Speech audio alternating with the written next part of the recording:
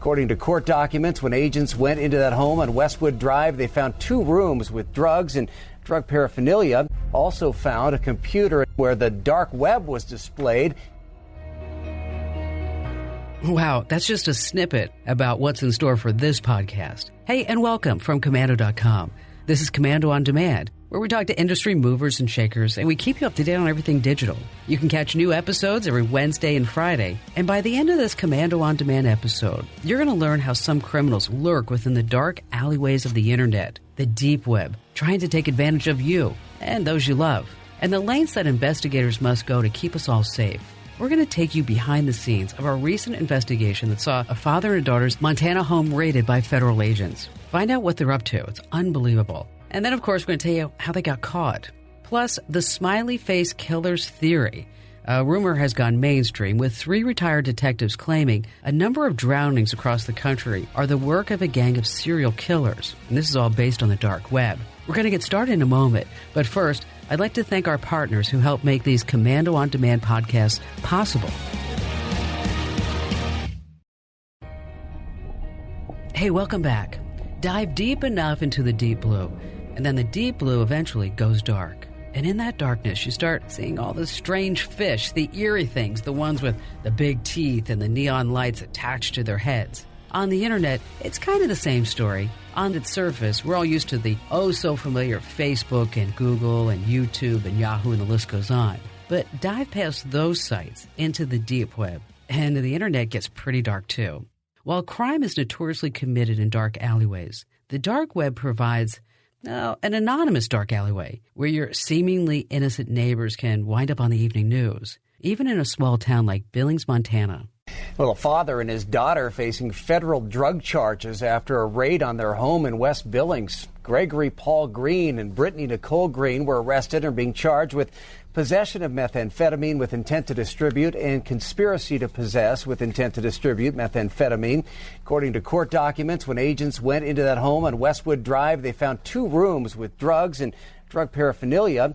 They concluded that a very large-scale drug operation was being run from the home. Also found a computer in Gregory Green's room where the dark web was displayed, and a screen showed that Green was selling Xanax bars to people across the country using Bitcoin as a currency for the drug trade.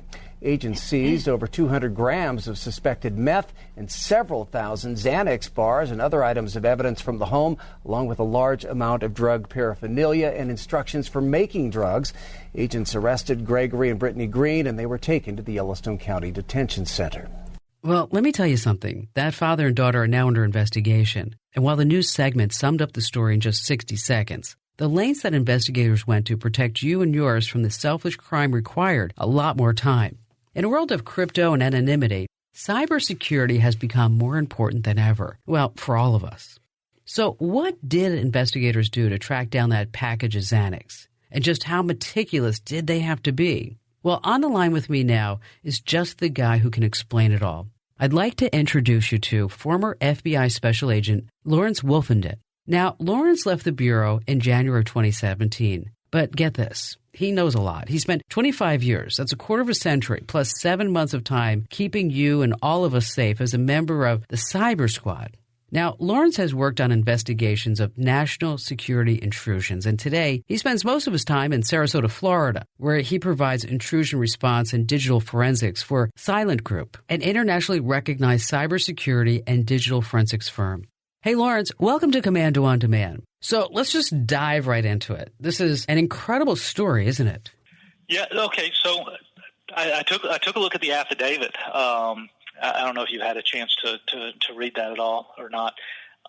It's a neat little story. I love reading things like that, seeing that.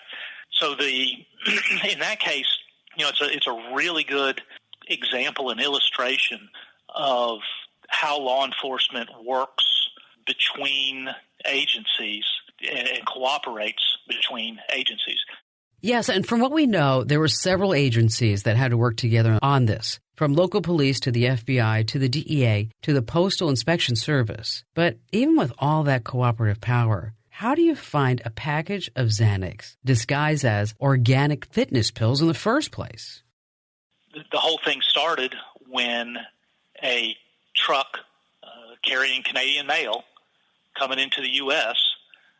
Gets pulled over at the border and identified for a more detailed secondary inspection, and they find in there this package that happens to have 1,500 pills. How many is it? Yeah, 1,471 Xanax pills, or pills that were labeled as an organic fitness vitamin. But when they took a look in more detail, they were able to identify that, this is actually a scheduled narcotic. I get that, but I have a question. What detail would have given that away? And how would they actually manage to track it down? What could have happened in this situation is, this guy Green could have been offering to sell stuff on the web, and it looks like he was selling stuff through the dark web. So law enforcement routinely looks and sees what's out there, or they bust somebody who has been purchasing from this guy Green, and they say, I get this stuff shipped to me from this guy. So then you can look through FedEx records or UPS records, or the Postal Service can assist in that, be able to determine, okay, this guy is getting X number of packages, and then, again, because this was coming across the border, I'm certain there's a lot of information being passed back and forth about where shipments are going to, when shipments are coming through, and now they know that, okay, if we just pull these things over and look for anything going to Green, being sold as a vitamin, there's a high likelihood that it actually has drugs in it. It could be the Canadians might be aware of the people that were shipping it to Green, and so they said, hey, anytime we see anything coming out of these people, we'll let you know, and you can interdict it and intercept it. Okay, so now they found the suspicious package. What happens after that? And so they decide, hey, let's go ahead and let this package come in. We're going to do a controlled delivery. They enlist the help of a postal inspector, some great guys, the postal inspectors. I've worked with them on a lot of cases. Some of my best cases were working in cooperation with the postals. Postal inspector is able to provide some information about the intended recipient of that package, as well as other packages that they had gotten over the prior year. And then the police officer, task force officer, writes and I love this, writes an anticipatory search warrant. Okay, Lawrence, that's a big word. Anticipatory search warrant. I really want to know how investigators used that warrant to get into the house and the shocking discoveries when they actually made it inside. All that's coming up, plus Lawrence will explain the strangest things he's seen and heard of people doing to hide their crimes. And if you thought that your password with all those characters and uppercase and lowercase letters and symbols and numbers were enough, think again. Our former FBI man gives you a surprising tip on what works best to make sure that cyber criminals don't get you. Before we get to all that, a special thank you to some of our partners that help make these Komando On Demand podcasts possible. Hey, welcome back. We're hanging out with former FBI Special Agent Lawrence Wolfenden. So to recap, investigators intercepted a suspicious package at the Canadian border, heading for a home in Billings, Montana. The package contained almost 1,500 Xanax pills disguised as organic fitness vitamins. Crazy. And we left off with investigators obtaining a anticipatory search warrant before they actually went in for this drug bust. So, Lawrence, how does this search warrant work? So it's a search warrant that's contingent. He goes ahead and does all the paperwork, does all the background, does all the investigation as best he can up to that point, and presents to the judge a search warrant that says, sir, we'd like permission to search the house where this is intended to be delivered, but we're only going to be able to search the house if we deliver the package and it's taken inside the house. And that, I think, is a wonderful example of how law enforcement, modern law enforcement, really tries to constrain itself and not violate people's rights, not exceed authority, not go barging in and intruding beyond where they actually have good probable cause to do so. The whole thing was based on, if we can't, we know we've got drugs here, the people want it delivered, and if we can show that they brought it into their house, then we can search the house, but not until that point. So among those additional drug paraphernalia included a meth lab and an open computer logged into the dark web, presumably where these folks were sending out the drugs. Does it look like this is going to be pretty much an open and shut case? This is going to be looks like it's going to be a slam dunk case for these guys, probably with a lot of additional spin-off investigations that come from it, because you've got when they were able to go in, not only do they find all the different drugs, some ready for shipment, they find the material showing that they're shipping a large amount of drugs. They are able to see and recover from the suspect's computer the information about the dark web and his cryptocurrency. Probably got a lot of information about where he's intending to deliver, as well as where he has sent stuff in the past. So anybody who's ever bought something from this guy before has got to be concerned that, even if somebody's not coming to their door right now, they certainly are now on the radar of law enforcement as being a recipient of Xanax and methamphetamine and these other controlled substances. It's really good to see that ordinarily you would think, oh, well, you can watch the package go into the house, but now you've got to go get a search warrant, and getting a search warrant takes time. Well, no, sometimes law enforcement can go ahead and get the search warrant ahead of time so we can be ready to go right then and there. Now, a lot of people were buying from Green, obviously using cryptocurrency to make the transactions over the dark web. So I know, but maybe you could explain to all of our listeners exactly why criminals actually choose cryptocurrency. Yeah, cryptocurrency does provide the means to make the activity profitable. I mean, and after all, most of the criminal activity that goes on wouldn't be happening if somebody wasn't able to monetize it. I mean, that's why drug dealers don't take checks and they don't take credit cards. They operate with cash, but you can't move cash easily or readily across the internet, not without having the physical aspect of putting it in an envelope and shipping it FedEx or shipping it U.S. mail, which leads to the possibility of getting caught.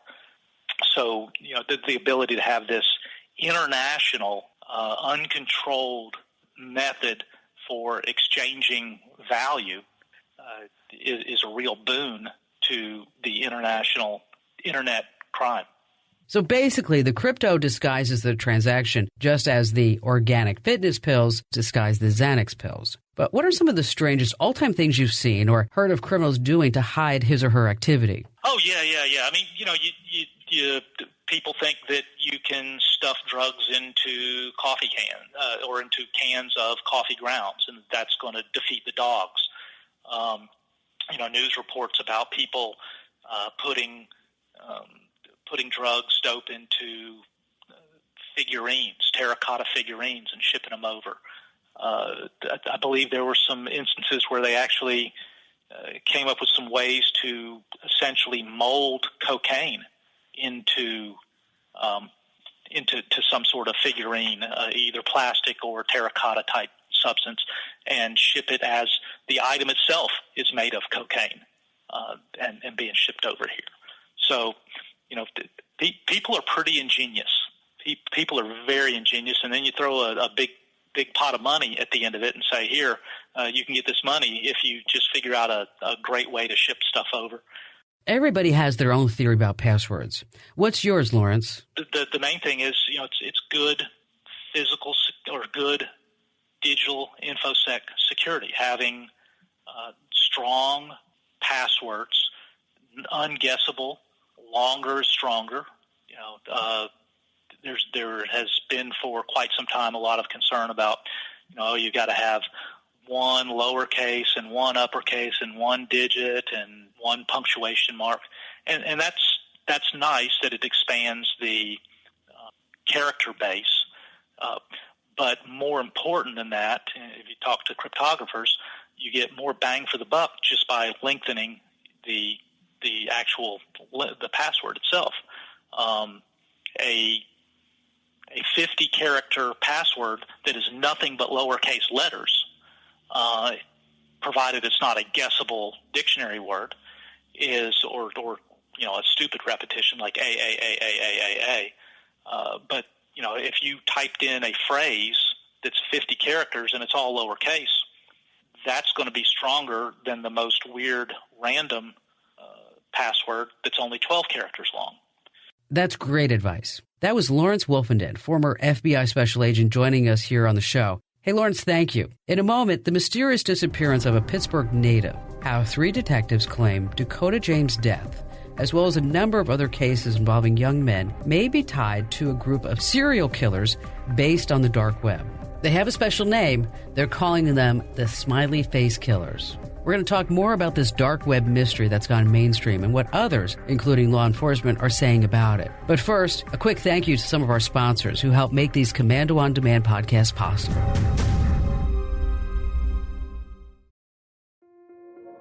This episode is brought to you by Kia's first 3-row, all-electric SUV, the Kia EV9, with available all-wheel drive and seating for up to 7 adults, with 0 to 60 speed that thrills you 1 minute, and available lounge seats that unwind you the next. Visit kia.com/EV9 to learn more. Ask your Kia dealer for availability. No system, no matter how advanced, can compensate for all driver error and or driving conditions. Always drive safely. Dakota James' family is from Frederick, Maryland, about 3 hours away. Over a dozen of them, with more on the way, have come here to Pittsburgh to aid in the search for the one they call Cody, to try and bring him home. Pittsburgh police say Dakota James was last seen around downtown about 11:30 Wednesday night. His family was told the 23-year-old Duquesne graduate student's phone also pinged along Grant Street around then. James's aunt, Angela Meadows. We're walking across rivers. We're walking through every neighborhood. So any call-ins, any leads, please share. Also part of the search, I just want him back. Dakota's father, Jeff, who says this entire family is struggling. He says his son always stayed out of trouble and wouldn't be the type to just go silent. I don't even know how to put that in words, how it's just not, something's happened. This family is intent on helping police figure out just what that something was. For now, they keep walking, taping, and hoping. Thank you so much. If we don't keep moving, what else are we going to do? Hey, we're glad you're back. It'd be a full 40 days after his disappearance until a woman walking her dog discovered the body of Dakota James. The Allegheny County Medical Examiner's Office ruled his death an accidental drowning, but the family doesn't believe it, and neither do a few retired detectives, including Kevin Gannon and Anthony Duarte, who claim it's all related to a gang that makes its home on the dark web, supposedly called the Smiley Face Killers. James' disappearance comes with eerie details. It was a chilling night in December of 2016. James called his friend Shelley in a complete panic. It took a good bit of back and forth to figure out his location, but eventually she found him, apparently at a hotel, and as she pulled up, Shelley saw something terrifying, a dark SUV in the wrong lane, and to her horror, there was James walking toward it. Shelley called out for him, and thankfully he came her way. It was quite a bit of a surprise, though, when Shelley found James wasn't showing signs of inebriation or impairment or anything. He was simply scared, and he refused to talk about it.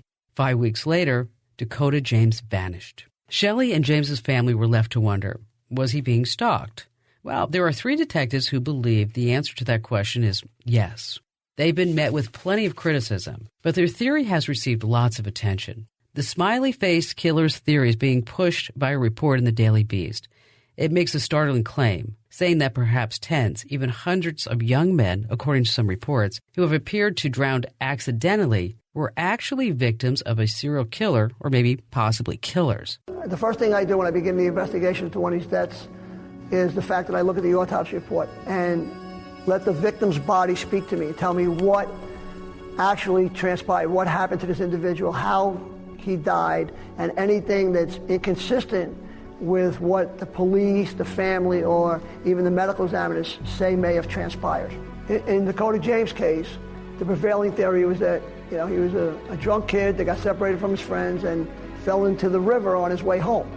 But when I read the autopsy report, although there's water in his lungs, there's not a significant amount that we usually see in drowning victims, along with the fact that there's other things that I have to look for to decipher, like he's got date rape drug in him, makes that suspicious to me that he's got the drug that most of our other victims have in him. So was he drugged? Was he abducted? Was he held for a period of time? Okay, so where does the smiley face moniker come from, you ask? According to the Daily Beast, it became connected to the alleged murders when police found graffiti of smiley faces.